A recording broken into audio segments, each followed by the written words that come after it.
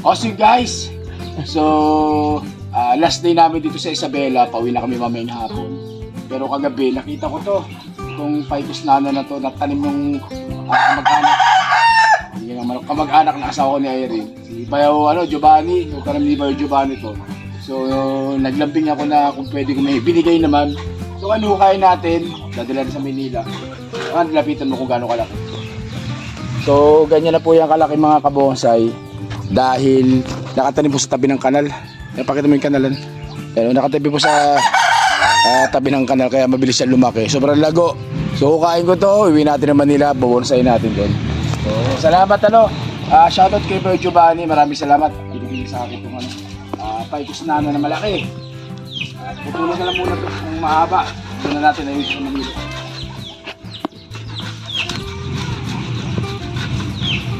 So yung ibang sanga, itatanim ko ulit. Para susunod na balik natin, may mahihingi ulit. May bayaw.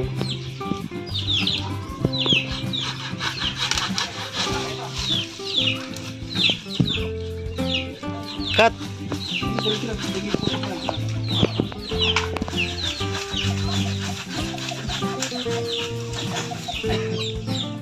Oh, pantas lang.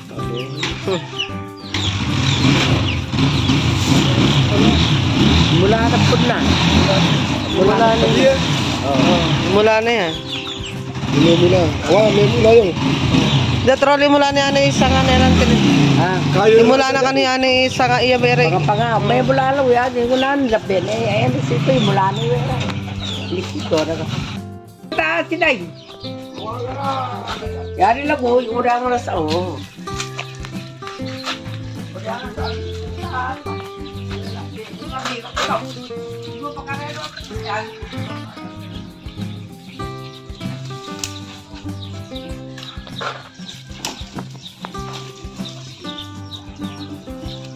Cascading anan.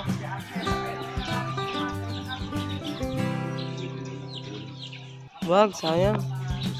Oo, sayang nga eh. Pakascade mo na lang han. Kaya kailangan mo ng banga. Tingnan natin.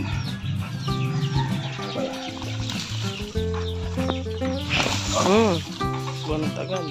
Agad.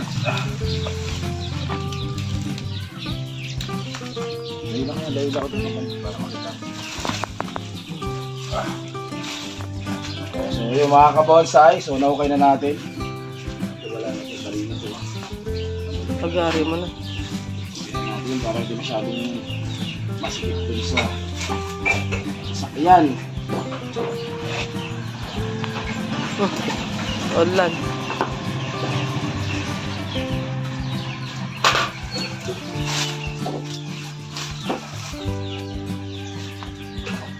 Abiyaw, nagaling? Namasada ka? Oo.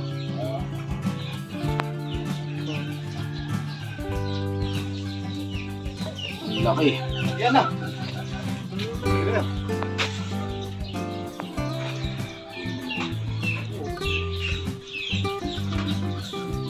Sasakyan.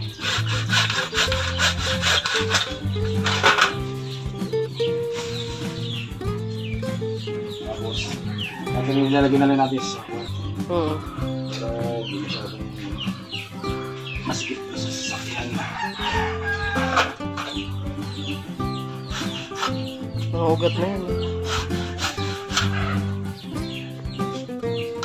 Dali mo boy.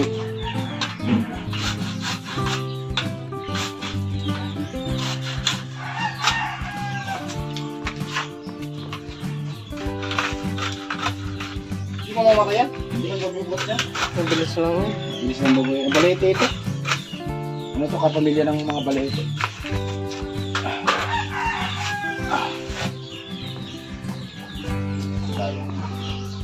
Ficus nana na malaki.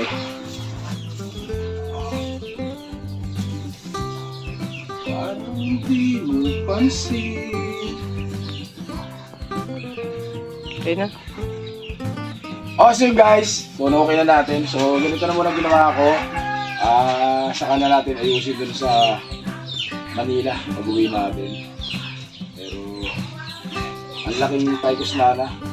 So, salamat ulit kay Mayo Giovanni. Binigyan niya sa atin to. Shoutout kay Mayo Giovanni. Siyempre, shoutout dito sa mga taga Santo Tomas Isabela. Happy Fiesta po sa inyo lahat. Yan.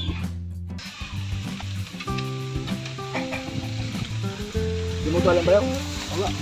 Dapat masyal tayo sa kwan. Daming magandang kahoy dun. Alanganin na eh.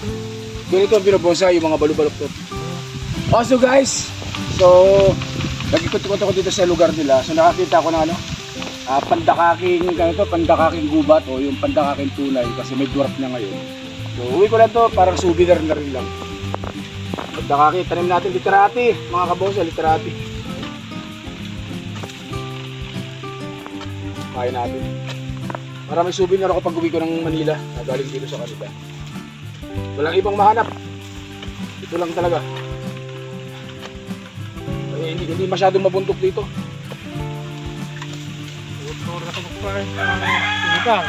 Oo. Taar mo nito ba? Trick ko sana na. Kaya nga. Kung dani, gitu kay star. Oo.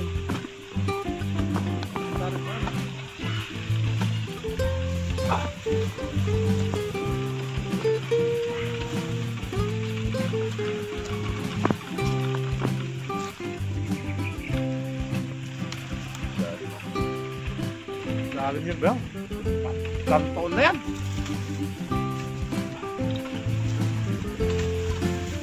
Cut mo na. Han. Awesome guys. So naitanim na po natin itong ating Picus nana na nakuha sa Isabela. So shoutout ulit kay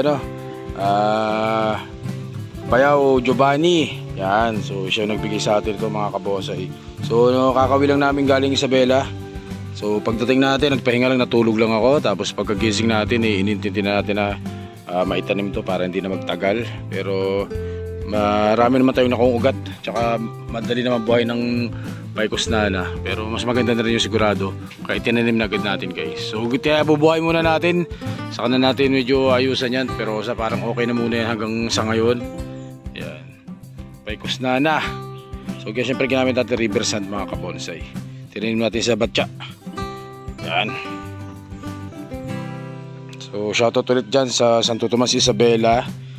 Yan. So ano tayo dyan, nag-enjoy tayo. Sarap tumambay dyan sa probinsya.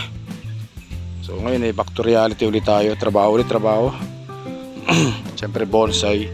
So ngayon bonsai vlog na uli. Upload natin ngayon. Medyo ilang araw akong hindi nakapag-upload dahil nag-Isabela nga tayo mga kabonsai. So ngayon mag-upisa na tayo mag-upload ulit ng bonsai vlog guys. So papakita ko yung nakuha natin na pandakaking gubat din. Yan. Tinanim rin natin. Pangliterati natin, sana mabuhay. So ito kundi lang nakuha natin ugat. Pero sana mabuhay siya. Ayan, ganda rin, literati, pandakaking gubat. So para may souvenir lang ako kaya kinuha natin ito doon. Nadaan na lang natin doon sa may puno ng kawayanan. So ayan po, pasensya na kayo, medyo paus-paus pa mga kabonsay. Yan. Riko. Untog pa. So siyempre salamat kay Boss Brian, kay Parin Brian, si Parin Brian ang sa kanya ko iniwan itong mga bonsai. So lahat siya ang nagtanim, ilang araw kung wala, mga 4 days. So siya lahat ang nag-intindi nito, siya lahat ang nagtanim nito. Shoutout kay Parin Brian. Yan. Yung nag-alaga sa halaman natin nung wala tayo.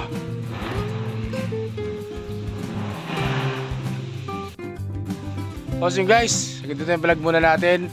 So bose vlog ulit tayo, bose vlog. Sa mga sunod na upload natin, puro bose ulit ang upload natin mga kabose. So guys, hanggang dito na lang po muna. Stay safe at syempre God bless us po mga kabose. Maraming salamat po, thank you.